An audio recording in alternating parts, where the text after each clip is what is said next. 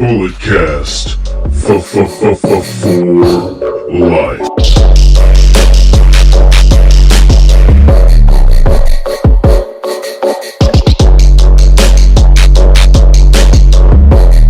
Welcome everybody to another edition of Under the Radar. My name is Brandon, and on today's episode we will go over the Mae Young Classic, NXT, and Total Divas as always. But first, let's get into some news that has happened over the weekend, and let's start off with some Impact Wrestling news.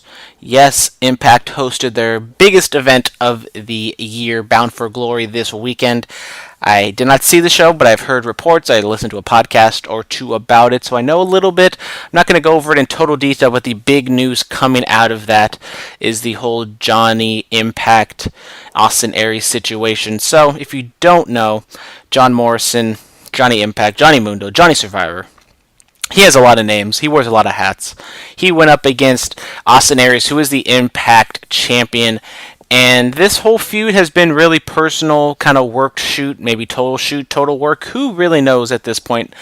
But Johnny Impact ended up winning the Impact Championship, taking it away from Austin Aries. And the big news coming out is Aries, basically as soon as the 3 count happened, he stands up, look up to the balcony, which is where Don Callis and Josh Matthews is. Don Callis being one of the head honchos in Impact Wrestling, and I believe there was another top executive there as well. And he said some F-bombs. He flipped off the crowd. He flipped off the announcers, or Don Callis in particular. Don't really know exactly what was said or what is the issue at the exact moment. Everything's still kind of new. We have to wait for Impact. I believe tapings have already happened. I have not read any spoilers on it. Maybe I'll tune in on Thursday. Maybe I'll give you a little bit of a report. Maybe, probably not. You know what? I don't have class on Thursday, so maybe I'll actually watch Impact for the first time in months. But anyways, my thoughts on this. I don't know why you would do this. This might be Russo-esque, trying to go on the shoot side. I'm not a big fan of shoot style promos or angles or stuff like that, just because when you do real angles, it just kind of makes everything else seem phony, and that's not what you want in wrestling. You want everything to mean something, and when something means more than everything else, which should technically be the case, but when something is quote real and everything else isn't real, or it's not treated with the same gravitas or same emotion, you would say, then it just kind of downgrades the rest of the show, and it's like, why am I watching this if it's fake and it doesn't even matter, even though we all know it's fake or predetermined. It's still real to me, damn it. So my thought process always in wrestling is I always believe it's a work until I hear otherwise. People are saying that if this is a work, this is one of the best executed shoots in maybe forever. It seemed legit. It doesn't really. The thing is, it doesn't make any sense. Why would Austin Aries do this unless if something comes out that he was told ahead of time that he was winning the match, and then last minute, either day of or right before he goes out there, or mid-match even, they change the finish on him, and he does the professional thing. He goes out there, he does the job, but then he does the unprofessional thing by just no-selling Johnny Impact, which he won with the Starship Pain, which I'm not the biggest fan of. It isn't the most devastating-looking moves in the world. So we have to stay tuned and find out what is coming out of this. I don't want to look at spoilers, because I know maybe some of you guys like watching Impact. You already know about this, and we're finally giving some Impact love. I know we normally talk about Impact. I think the only other time I've talked about Impact on this show was when LAX ran over a kid. But from everything I've been listening to, it seemed like Bound for Glory was a good show in ring. It did have some quirky moments. Apparently, Allie murdered somebody with an axe, but then they came back to life. So it seems like Impact is kind of on the right direction when it comes to their pay-per-views. The pay-per-views they've been having have been really good. The wrestling's been strong. It's just with the Impact show, they are moving to a new night. If you did not know, they are moving to 10 o'clock Eastern. So kind of they're not going straight up head-to-head with the NFL on Thursday nights, but then you're going up head-to-head with them in the second half, which can be, it can be a flip of a coin. Maybe it's a great game and everyone's watching, or maybe it's a shitty game and it's a blowout and maybe they get a couple extra viewers. I probably Impact's going to try to spin this in a positive direction. I don't see it as a positive move, getting moved out of prime time into a later night show. Maybe they try to go more extreme and try to get away with some more things because of the later schedule. Who knows with Impact? But I'm not going to sit here and bash Impact. I'm going to give everyone a fair chance. It looks like they're in the right direction. This whole Austin area situation. It doesn't cut. If this is a total shoot, this is not a good look for Austin Aries. He left the cruiserweight division. He left WWE, understandably, because he didn't like the position he was in. He didn't like what was going on, and that's kind of the same thing that Neville was doing.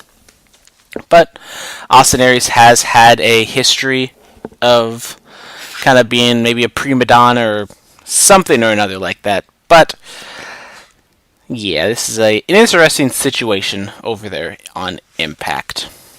Okay, so let's move on over to some more serious news. We have the Saudi Arabia show Crown Jewel, which is still scheduled to be going on. We talked about this on the Bulletcast, and to my amazement, Philip had no idea about the story that is going on over in Saudi Arabia, where a Washington Post contributor journalist was allegedly murdered by the Saudi Arabia government. Obviously, most of you, if not probably all of you, know about it. Maybe not because of the news aspect of it, just because of the connection or not the connection, but the impact that it has been having on WWE.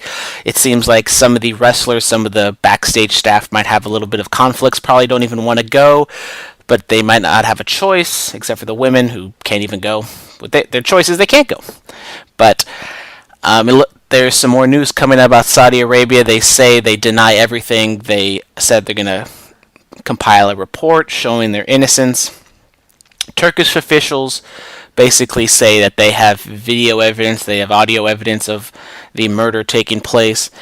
And WWE's been facing some criticism lately. There's been more businesses that have been backing out in deals and, taking money, or not taking money, but they've had business deals in place with Saudi Arabia, and due to what's been going on over there, they've been starting to pull out. John Oliver on Last Week Tonight, or whatever his show is called, he took a little dig at WWE. There's been senators, other politicians on both sides, Democrat and Republican, who have said that WWE should pull out, especially the two Democratic senators from Connecticut, where WWE's offices reside in. And I talked about it on the Bulletcast. If it was me, I think the right thing to do for business and the right thing to do ethically is to pull out. Yes, WWE is going to make a shit ton of money off of this deal. 10 years, I think like $1 billion. They're making, $50 million or something to show, just to put on the show, which is insane. But I know they mentioned Saudi Arabia. They did not mention Saudi Arabia on Raw today. I assume it's going to be the same for SmackDown 1000. They're going to talk about Crown Jewel. SmackDown 1000 is more of a nostalgia show, so maybe it's not going to be super heavy on storylines moving forward. But it's interesting to note they didn't put any mention of Saudi Arabia on the show, just strictly Crown Jewel.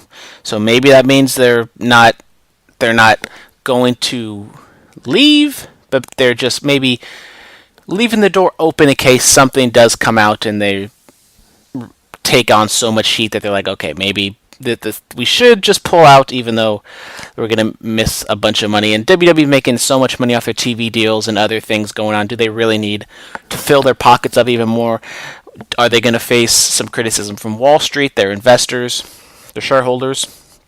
Maybe. We're going to have to stay tuned and find out. This is definitely an ongoing situation, but WWE's got to get a move on it. Crown Jewel is in 3 weeks, I believe. Let's see. We have 3 weeks, or 2 weeks now. And they got to, if they're going to do something, they got to get a move on it, and I'm pretty sure they're not going to do anything. I think they're just going to keep going as it is. They're going to just keep it hush-hush, not draw too much attention that Crown Jewel is in Saudi Arabia until the show actually happens. Will they throw up that propaganda piece? I hope not. I hope WWE kind of draws a line and says, look, we're here for the show. We're going to give you your entertainment, but we're not going to sit here and do this political BS and propagandize, all the great things you're doing when something tragic has happened. Allegedly. Still got to say that. We haven't seen any hard found evidence. Nobody's been convicted of anything. But the evidence is looking very strong towards leading the Saudi Arabia government to this crime. But let's get into some more lighthearted news. Let's actually talk about some wrestling, and we will go over the NXT show that took place last week on October 10th. So, Tommaso Ciampa kicks off the show with his brand new entrance music. That I said it when it happened. I kind of like it.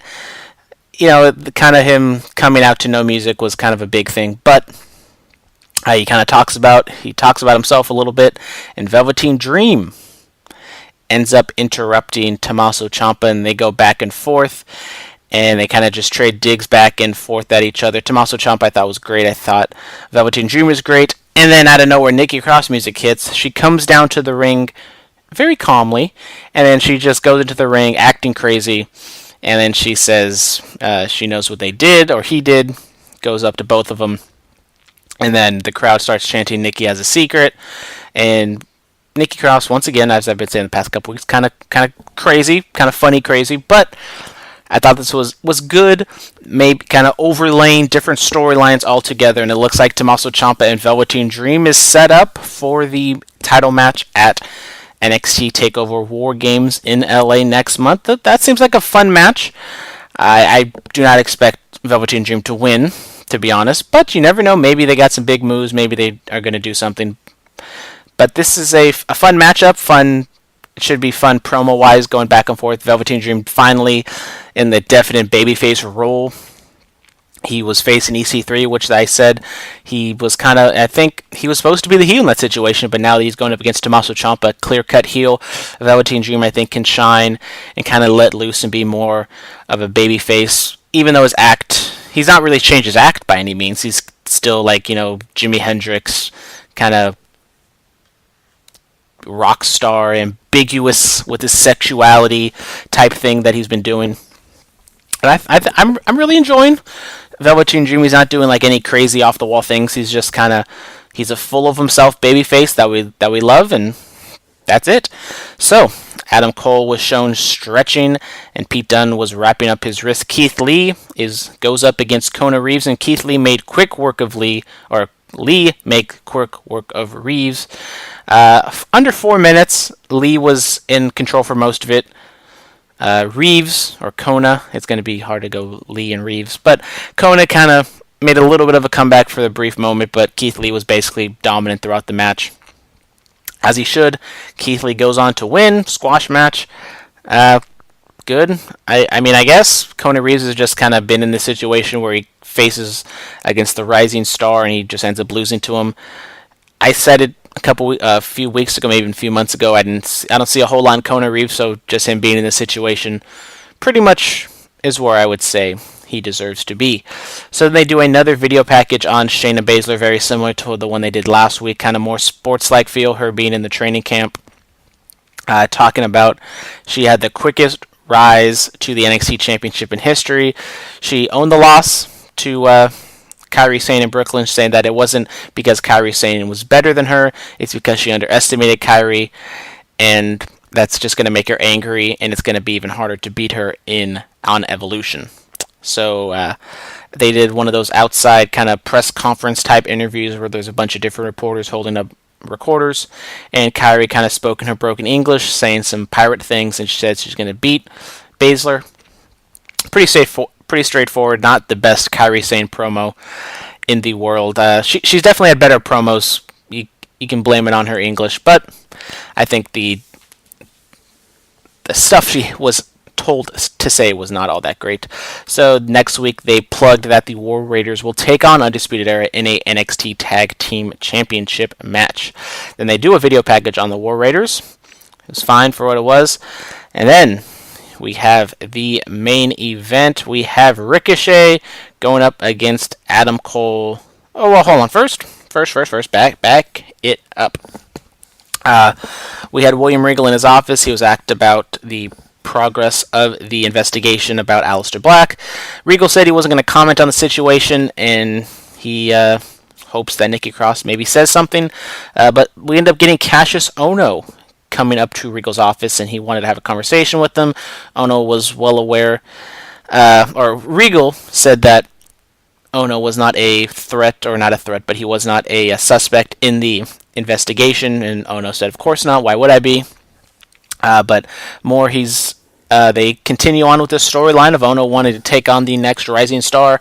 Starts making maybe not direct threats to Matt Riddle, kind of veiled. He doesn't call him out by name, but we all know who he's talking about. He's talking about Matt Riddle. And Regal says that Regal didn't really say anything. He just kind of goes back into his office. Then Cross comes out and tells Ono that she knows what he did. So, just more Nikki Cross kind of being all over the place.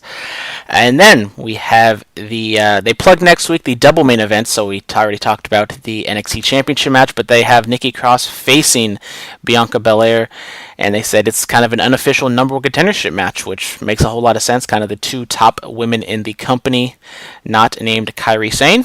So we have the North American Championship match triple threat: Ricochet, Adam Cole, and the NXT UK champion Pete Dunne. And the match goes 18 minutes and 30 seconds. Another great match between this combination of men. And we have Ricochet coming out on top with a 450 splash onto Dunne when Dunne was doing one of those finger submissions on Cole. Ricochet came out, did a 450 on Dunne. Cole rolled out, and Ricochet was able to pin Dunne for the victory. So another fantastic match. NXT's been doing this kind of recently, where they have one big main event that goes a long while, and just another solid match between these three guys. Kind of what you would expect, athletic moves throughout. Kind of the standard WWE match where kind of one guy's on the outside. They kind of run, kind of you come in, then I leave, then you come in, then I leave, and all this other stuff. But I thought it worked well together. Good moves, just athletic stuff, and excited to see what these three men have to do in the future. As I said, Pete Dunne is apparently injured, so hopefully this doesn't put on hold or completely derail anything that he has coming up for NXT War Games or what's ever going on with the UK brand. Ricochet continues to be the North American champion, which should be fun to see what he does. Some of the other people he has lined up, or some of the people that he will face. As I said, 6-man or War Games match at War Games, so maybe we don't have a championship match. I mean, we have 2, or I guess 3 of the top NXT championships if you want to count Pete Dunne's UK championship, if my prediction ends up being correct. So they're going to have to put on some other matches, or some big singles matches. It looks like we're going to have Ono and Riddle, Velveteen Dream and Ciampa. A women's match of some sort, Kairi Sane or Shayna Baszler, whoever comes out of that. Maybe up against Bianca Belair or Nikki Cross. So, I think at the moment, if that's kind of the 4 or 5 matches, because the War Games match is probably going to take a long chunk of time, maybe goes over a half an hour, so that kind of kills the 2.5 hour runtime of the show, maybe in 3 hours, who knows. But overall, NXT was good. Not a whole lot of, they had the big storyline development with Velveteen Dream and the whole Nikki Cross situation. But for the most part, just kind of some squash matches. They had the real big main event, and that was about it. But it was still an enjoyable show. The show this week with the double main event should be good. The War Raiders Undisputed Era tag team match might even be better than the triple threat. Who knows if it gets the time. I'm a little scared that it gets the kind of boo-boo finish like the Pete Dunne and Ricochet match had a couple weeks ago. Maybe War Raiders are on the brink of winning, and then Adam Cole runs out and gets someone disqualified, and that's what happens. But we will just have to wait and see. So next up, we have the Mae Young Classic. The final second round matches, we have... Oh god, I just watched this too, and I'm going to butcher this lady's name. She is the Luchadora. That was on, I believe, like the first episode, so it was I kind of forgot about her for a little bit. Zuikis? I do not know. She went up against Io Shirai, and Io Shirai ended up winning. I thought the match was a little clunky at the beginning, but then I think it kind of turned into a good match at the end. Wasn't great by any means. I think this second episode was definitely not as good as the first episode, or the first episode of the second round. Or I don't even remember how many episodes we've had thus far. But yeah, so we've had two. Last week was the first batch of second round matches. This is the second batch of second round matches, and I definitely think the first episode was a lot better than this one. But not to take anything away from these ladies, Io Shirai moves on. They definitely put her over strong. She hit the Acai moonsault, which Michael Cole pronounced, I believe, like 3 or 4 different ways. And anywho, good, straightforward, kind of hard hitting between these two. They kind of built up that the luchadora also spent time in Japan, so it was kind of we're going to have to find out what kind of style she was using. If she was going to go with Japanese strong style or stick to lucha libre. It was kind of pretty much a strong style match, and definitely much more of a fight put up by this opponent compared to Brookside, which I already said was kind of a glorified squash a couple weeks ago. And next up, we have Deonna Purrazzo going up against Xia Li. Xia Li, the Chinese martial artist. Deonna Purrazzo, one of the bigger names off the indie scene. And Deonna Purrazzo ends up winning with her Fujiwara armbar. Good win for Purrazzo here. Kind of a back and forth match. Once again, not a great match by any means. They did solid work, but it wasn't like it didn't hit that like next tier to make it like a really good match. Just a lot of these matches on this show were good, not great. Next up, Tegan Nox against Nicole Matthews. Tegan Nox, they've really been pushing strong. Cole has kind of said that she is his pick to win the whole championship. I don't really see why they're pushing her all that like really really hard compared to some of the other women on this show. I mean, Tegan Nox is good. I haven't seen any of her work on the indie scene, so I don't know exactly how good she probably can be. She came off the ACL injury last year, and it kind of been playing that up. Nox has her knee brace on, and that played into the finish where she hits the Shining Wizard with the knee brace. So a little dirty tactic, I would say, But it is on her right knee, so that's her dominant knee, of course. Good athletic match between the two. Tegan Nox has kind of been an underdog kind of in the situation of Cole Matthews being kind of a little bit more the powerhouse, even though she wasn't, super big by any means. She was a little bigger than Tegan, but Tegan's kind of a smaller girl to begin with, so she's always going to kind of be the underdog. And they continue to push Tegan Nox. She goes on to the quarterfinals. Basically the same thing. Good match, nice flow, nothing out of the ordinary here. And then we have the main event with the two wily veterans, Mia Yim going up against Caitlyn. Caitlyn dominated, I wouldn't say dominated, but she definitely had control for most of the match. Mia Yim was definitely creating a lot of the movement in this situation. Caitlyn, she was never the best wrestler in the world when she was Divas champion, however long ago that was, like 6 years ago. And it was kind of evident here. Mia Yim was definitely kind of, I wouldn't say carrying Caitlyn, but you can definitely kind of see that Mia Yim was kind of doing a lot of the heavy lifting. Caitlyn kind of just, doing her thing. Kind of, it wasn't like she was messing things up. It was just kind of clunky, and it was just kind of like some spots didn't look as crisp and clean as they should be when they should be kind of simple moves. But Caitlyn being the powerhouse in the situation, me, and kind of being the underdog. So Caitlyn was dominating for most of it, or once again, not dominating, but it was just controlling for most of it. Caitlyn hit the spear and Yim kicked out, which got a pretty big pop. This is kind of when the match started getting like really good. And then Yim blocked Caitlyn, puts her in a knee bar submission. Caitlyn tried to get to the ring rope, but she couldn't, and she had to tap out. So that means Mia Yim is going up against Toni Storm in the quarterfinals, which should be a great match if everything pans out. Really good match. I don't know if I would say it was maybe it was the best match out of the four, just because it had the bigger names, and especially like towards the end, I felt like it was really getting the crowd was definitely into it in the later half, maybe just because it had the bigger names compared to the other show or the other wrestlers. And I don't know how the taping format works, if this was like the end of a taping or in the middle of a taping, so the crowd was kind of dead for, like in some of these matches, especially kind of like Tegan Nox and Nicole Matthews, I felt like the crowd was kind of dead until like the end. And like Deonna Purrazzo and like a lot of these names, like they had Io Shirai, they were hot for her, but for a lot of these names on the show, there was not like the super big names like Rhea Ripley or Toni Storm or some of the other Japanese wrestlers on the show, so the crowd wasn't exactly hot. So I don't know how the taping works, if this was kind of in the middle and the crowd just was kind of resting or kind of dead after a long series of taping. But Mia Yim wins. Good for her. I think this definitely shows how great Mia Yim is, how great of a wrestler. And yeah, so onwards to Total Divas. And ya boy made his illustrious return to Total Divas. I'm pretty sure I've said this story very many times on the Bulletcast, but if you don't know, now you know. Because at WrestleMania 31 over there in Santa Clara, I went to go meet Natalya and Jim the Anvil Neidhart. And they made me sign a non-disclosure, or not a non-disclosure, they made me sign some sort of paper saying that I signed my life away and they can use my picture and likeness forever and ever and ever.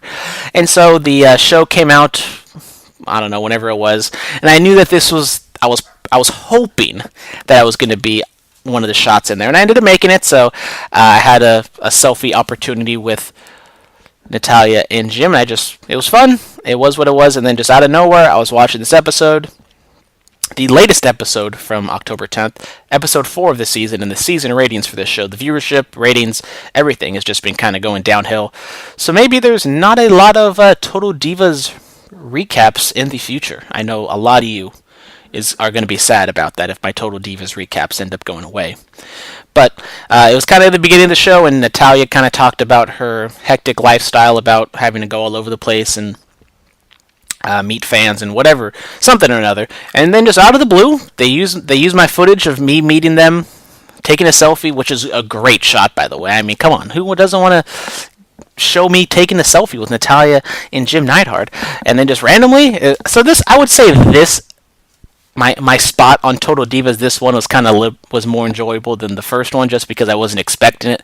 I was just kind of watching the show, kind of ho-hum late night, wasn't really paying attention, just kind of getting out of the way. And then all of a sudden, your boy was on the show, and I was super excited. It got me energized. And I'm hoping, God bless Jim Neidhart, R.I.P. I'm hoping, selfishly, that maybe your boy makes another appearance when they unfortunately have to talk about the passing of Jim Neidhart. But back to the actual show. Paige goes on a date with Nia Jax's brother, and Nia Jax's brother kind of looks like lights out Shawn Merriman. If you're a sports fan, longtime Charger, Buffalo Bill. Probably played somewhere else at the end of his career. But anyways, it kind of looked like Shawn Merriman a little bit, and Nia Jax was dead set on trying to hook Paige up with her brother just because she wanted Paige to be her sister, because she's already kind of her sister, so why not make it official now? And Paige did not tell anybody, but she has a boyfriend, and if you follow her on Instagram or whatever, she's been posting pictures, and I didn't know, we don't know exactly when this taping occurred, so I don't know exactly when Paige went public with this, but she ended up being really gross and being nasty. Not like a mean way, but she was just kind of being dirty and, touching her armpits and, eating Nia Jax's brother's food out of his hand or what. It was really weird. It did not make Paige look like a nice person. I hope they smarten the kid up and be like, hey, Paige has a boyfriend. We're just doing this for the show and just play along. Because, if Paige really did this and this was, her being a bitch and just kind of trying to scare him off, is it really that hard just to tell the man that you're taking? And then they do something else where they go on, not a date per se, but they go on a, I don't even know a lunch or something or another. It's like Kayla Braxton, who's been making more appearances on Raw. Shout out to Kayla. Nia Jax, Natalya, and then Paige and Nia Jax's brother. And then Nia keeps trying to poke and prod Paige and trying to see if they'd want to get together. And then they order some dessert that's only for the two lovebirds that aren't actually lovebirds. And then Paige throws a hissy fit and leaves. So once again, Paige does not look good. Who looks good? The only sympathetic one is poor Nia Jax's brother. Hopefully he smartened up and he was just playing along for the cameras. And then we get the big reveal of Paige telling everyone that she is dating some rock singer. So, good for Paige. Looked like she's in a happy place. We've all know what's happened with her recently in her relationship. So, this is hoping for a healthy one for Paige. And Natty is throws a barbecue, which was the reason why she ended up. Your boy was on the show because she was talking about her hectic schedule, and she doesn't really have a whole lot of time to throw these parties or kind of having family get-togethers. And it looked like it was maybe like a. I couldn't tell if it was a pay-per-view party for one of the wrestling shows because they had like Extreme Rules in the background, but Tyson Kidd was there. And isn't Tyson Kidd like a producer? So I don't know why they're watching Extreme Rules. But anyways, Natty invites Lana over, and Lana gets super wasted, or she doesn't get wasted yet. She goes over to she goes with her Natty's parents to go get some meat. For some reason, Natalya planned this barbecue and did not buy any meat. She wanted to do it all last minute, and instead of getting it herself, she forced her parents to go get it. And Lana goes with them, and they buy like $300 worth of meat when they only invited like maybe 20 people, but they bought like enough to feed 100 people. And then Lana gets Jim and Natty's mom super plastered at the bar. And then Natty gets angry, and then blah, blah, blah, blah. Once again, nobody really looks good in the situation. Lana looks like a bitch, just kind of being selfish and getting drunk. And then Natty, not really planning everything out, just seemed like an idiot, not buying food for your barbecue, 2 hours beforehand. Anyways, the highlight of this show is probably, what the hell's his name? Oh God, I am blanking on his name right. Titus O'Neil.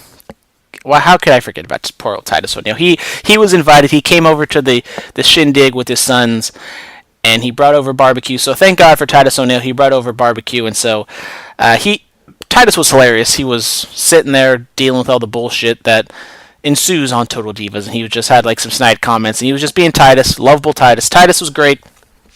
I mean, Titus is such a great guy. He has so much charisma. Too bad he kind of came into the wrestling business kind of older in his life. I mean, DDP did it, but Titus just kind of a little too clunky in the ring. But I think he's a great ambassador for WWE, and I mean, maybe I don't know why it never really worked out as him being a manager. Maybe he can always have something down the line, but Titus, good guy. And then Brie Bella kind of goes over her breastfeeding situation. Apparently, Brie Bella cannot breastfeed poor old Birdie anymore, and Brie was getting all crying and getting all up in her feelings, and then she goes to some, like, breastfeeding, I don't know, some sort of class where it's, like, these women are in a circle and they, like, talk about, like, coming to terms with not breastfeeding anymore, or something or another. It was weird, and just Brie being all crying and saying, "Oh my gosh, I thought when the last time I was going to breastfeed, it was like this going to be this emotional moment, and it's like, letting the baby bird fly away from its nest," and it was just like super over emotional. And it's just like, okay, Brie, I understand you wanted to breastfeed longer and stuff like that, but some women don't even have the opportunity to breastfeed, and like, to be honest, formula is not that much. It's like, formula isn't even bad for the baby. Like, maybe breast milk might be like a little bit healthier, and yes, there's like the emotional attachment you have with your child, feeding it and like looking into its eyes and having that great bond between mother and daughter or son or whatever. And like, Brie, just get over yourself. Like, there's so many women in this world, and you even donated your breast milk. There was an episode, I think last season, maybe even 2 seasons ago, I can't remember, but she donated breast milk to a charity, or she did like some sort of like breast milk drive or something or another. And it's just like, Brie, come on. There's women, thousands, if not millions of women out there that cannot breastfeed. And you're able to breastfeed Birdie for, I don't even know how old she is at this point, 6 to 8 months, something like, probably 6 months, I don't know. But yeah, there's not a lot of redeeming qualities when it came to some of these women on this show. But that will do it for me for today. Unfortunately, I have some sad news. The dogs would shut the fuck up. I will tell you about it. But anyways, hold on, I'm going to go yell at the dogs real quick. Okay, so now that I have put the dogs in their place, I can get back to making my unfortunate announcement, and that is that I will not be on the Bullet Cast this week. Unfortunately, I am being designated for assignment for the SF State newspaper. Yes, the same newspaper that got me in hot waters with the lovely Reno scum. And I will be covering a women's soccer game for them on Friday, so I can't make it to the podcast recording. But something or another. Hopefully, Philip finds a replacement for me. Obviously, nobody can replace me in full. But if you would like to listen to my thoughts on Raw, SmackDown, and any breaking news that might happen up until Saturday, me and my boy Dominic do the show Curveballs and Chair Shots, where we talk about sports and wrestling. We start off with sports. I mean, right now we got NBA seasons kicking off, and it's actually the 1-year anniversary of Curveballs and Chair Shots. This will be the 52nd episode we do next week, or this week rather. So we're going to do our NBA preview. We're going to talk about the MLB playoffs. We're going to go over our weekly football picks and whatever other news breaks. And then after that, it's kind of like the Bullet Cast. It's like an hour long, but we kind of split it up, maybe 25 minutes for the sports, 45 or 35 minutes for the wrestling talk. So if you don't want to listen to sports, just kind of skip through the first 20-some minutes, find out where we start off about sports or start off about wrestling. And since I'm not on the Bullet Cast, I'm not gonna. Sometimes I kind of retread some of my ideas on Curveballs and Chair Shots, but this time it's gonna be kind of a fresh look, and you're not gonna hear what I said before. So at the moment, I have not seen Raw in its entirety. SmackDown 1000 should be a good, fun show. So that'll do it for me for today. Thank you very much for listening to this episode of Under the Radar. My name has been Brandon. Don't forget to follow Bulletcast on Twitter, Instagram. Email us bulletcast2sweet@gmail.com. That is the number 2 sweet. So bulletcast number 2 sweet@gmail.com. Email us anything, whatever your little heart desires. I keep saying, you email us a question, we will answer it.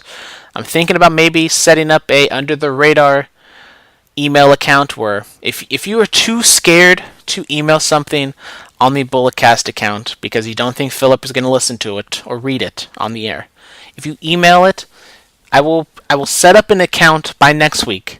It'll be something or another. I will plug it, and you guys can send anything you want. Maybe if I just get so many emails in, maybe I'll do my own offshoot email only episode. Who knows? Let's see how this thing goes. And if nobody emails a question, then I go about my day as normal, where I just blabber on for 40 minutes. So, that'll do it for today.